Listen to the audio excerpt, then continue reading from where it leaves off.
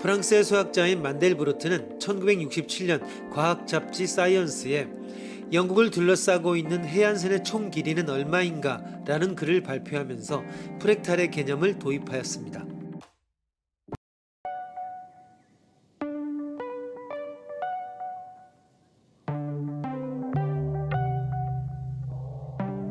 시어핀스키 삼각형을 응용하여 정사각형 모양의 시루떡을 가로와 세로로 각각 3등분하여 9조각을 만들어 맨 가운데 조각을 먹는다고 가정해보자. 다음으로 나머지 8조각의 떡에 대해서 같은 과정을 반복하여 각각의 맨 가운데 조각을 먹는다. 이와 같은 과정을 무한히 반복했을 때 시루떡을 남김없이 다 먹을 수 있다는 것에 대해 설명하시오.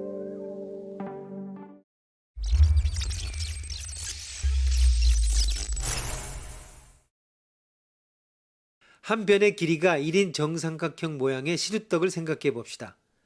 가로와 세로 각각 3등분해서 9조각으로 만들어 가운데 조각을 먹는다고 가정하면 전체의 9분의 1을 먹게 됩니다. 그 다음으로 남은 8조각에 대해서 같은 방법으로 각각 9분의 1씩을 먹으면 이때 먹는 떡은 전체의 8 곱하기 9분의 1 제곱입니다. 또 다음으로 남은 64조각에 대해서 각각 9분의 1씩을 먹으면 이때 먹는 떡은 전체의 64 곱하기 9분의 1 제곱이 됩니다.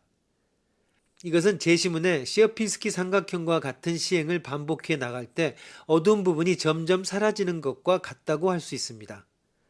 이렇게 시루떡을 먹는 과정을 무한히 반복한다면 결국 먹게 되는 전체 양은 첫째 항이 9분의 1이고 공비가 9분의 8인 무한 등비수열의 합과 같아집니다.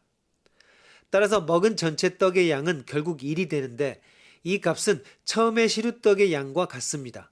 결국 시루떡을 남김없이 다 먹을 수 있게 됩니다. 프랙탈의 속성은 자기 유사성과 순환성이라는 특성을 가지고 있습니다. 즉 일반적인 프랙탈 도형은 그림처럼 전체의 구조와 부분의 구조가 유사하여 전체의 구조가 순환적으로 계속되어 전체가 만들어지는 것입니다. 시어핀스키 삼각형, 코흐 눈송이 등은 대표적인 프랙탈 도형이라고 할 수 있습니다.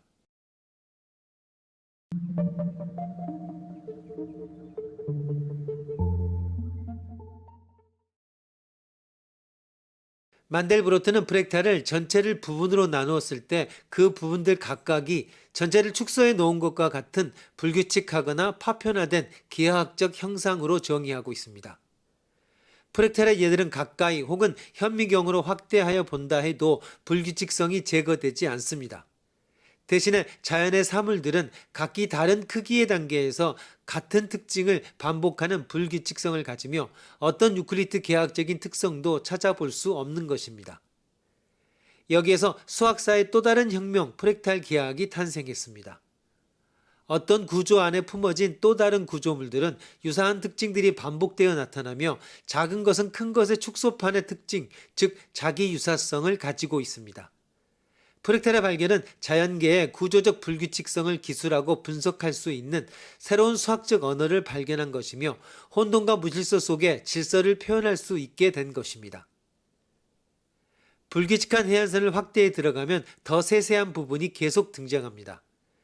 인공위성에서 북아메리카 대륙을 내려다보면 해안선은 비교적 밋밋하게 보이지만 걸음걸이로 해안선을 측정하려 하면 작은 땅덩어리, 바위 등의 지형적 특색도 측정에 포함됩니다. 엎드려 살피면 해안선에 걸쳐 있는 조약돌이나 나뭇잎 따위도 무시할 수 없습니다.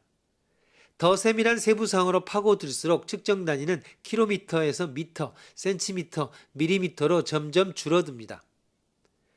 단위가 줄어들 때마다 측정해야 하는 길이는 더 늘어납니다. 100km짜리 막대자로 영국의 해안선 길이를 재면 2800km 정도인데 막대자의 길이를 50km로 줄이면 3400km가 나옵니다.